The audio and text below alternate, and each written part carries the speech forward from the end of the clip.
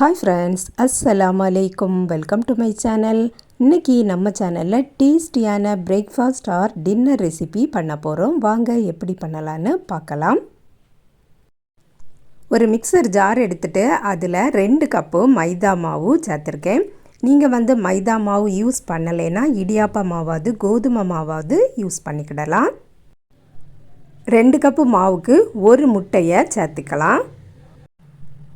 தேங்காய் பால் எடுத்து வச்சுருக்கேன், 1 கப்பு இருக்கும். இதை கொஞ்சமாக நம்ம சேர்த்துக்கிடலாம். டேஸ்ட்டுக்கு தக்கன உப்பும் போட்டுட்டு இதை நல்லா அரைச்சிட்டு வந்துடலாம். தேங்காய் பாலை ஃபுல்லாகவே ஊற்றிட்டு நல்லா அரைச்சிட்டு வந்தாச்சு. பார்த்திங்கன்னா இந்த அளவுக்கு க்ரீமியாக இருக்கணும். அதிகமாக தண்ணீர் சேர்த்துடக்கூடாது. கன்சிஸ்டன்சி பார்த்திங்கன்னா இந்த அளவுக்கு தான் இருக்கணும். இப்போது வேற ஒரு பாத்திரத்துக்கு மாற்றிட்டேன். கன்சிஸ்டன்சி பார்த்துக்கிடுங்க. இதுக்கு மேல் இதில் நம்ம தண்ணீரோ பாலோ எதுவுமே சேர்க்கக்கூடாது. இந்த ரெசிபியோட நேம் பார்த்திங்கன்னா ஜாலர் பாலாடை. இதுக்குன்னு தனியாட்டு அச்சு கடையில் விற்கிறாங்க. அதை வாங்கி வச்சுக்கிட்டோம்னா நம்மளுக்கு நினச்ச நேரம் சுட்டி எடுக்கலாம்.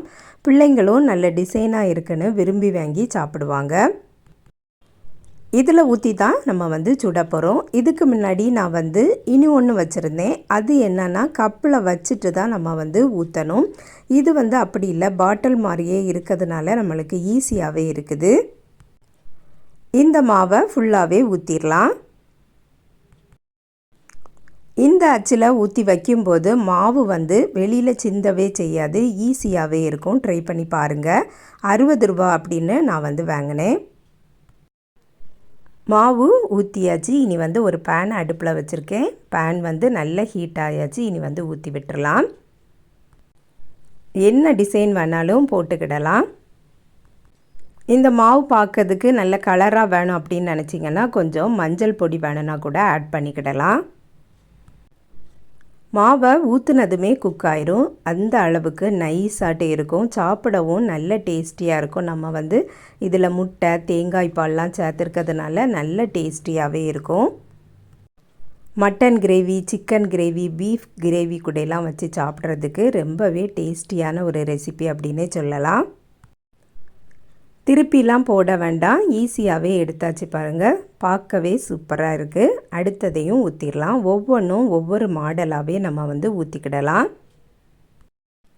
மைதா மாவையோ கோதுமை மாவையோ சும்மா கலக்கி உப்பு போட்டு பேனில் ஊற்றி சுட்டு கொடுத்தோம்னா அவ்வளவா யாருக்குமே விருப்பப்படாது. இந்த மாதிரி செய்து கொடுத்தீங்கன்னா எல்லாருமே விரும்பி வாங்கி சாப்பிடுவாங்க. மாவு ஊற்றிட்டு இருக்கவே மற்ற இடங்கள்லாம் குக் ஆயிரும்.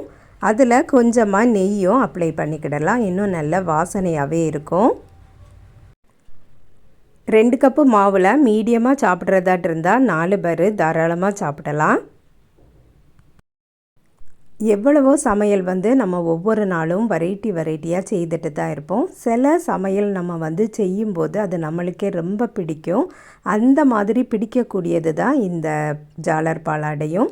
ஏன்னா நம்ம விருப்பமான முறையில் நம்ம சுட்டுட்டே இருக்கலாம். அது சுட சுட நம்மளுக்கு ஒரு இன்ட்ரெஸ்டாகவே தான் இருக்கும். மாவு அரைக்கணும், வைக்க வேண்டிய கூட தேவையில்லை. உடனேயே சுட்டி எடுத்துட வேண்டியது தான். ஈஸியாகவே குக் ஆயிரும். நீங்களும் இதே மாதிரியே ட்ரை பண்ணி பாருங்கள் ஃப்ரெண்ட்ஸ். இந்த வீடியோ பிடிச்சிருந்தால் லைக் பண்ணுங்கள், ஷேர் பண்ணுங்கள். நம்ம சேனலை இது வரைக்கும் சப்ஸ்கிரைப் பண்ணலைன்னா சப்ஸ்கிரைப் பண்ணிடுங்க. நெக்ஸ்ட் வீடியோவில் வேறு ஒரு ரெசிபியில் சந்திக்கிறேன். அஸ்ஸலாமு அலைக்கும்.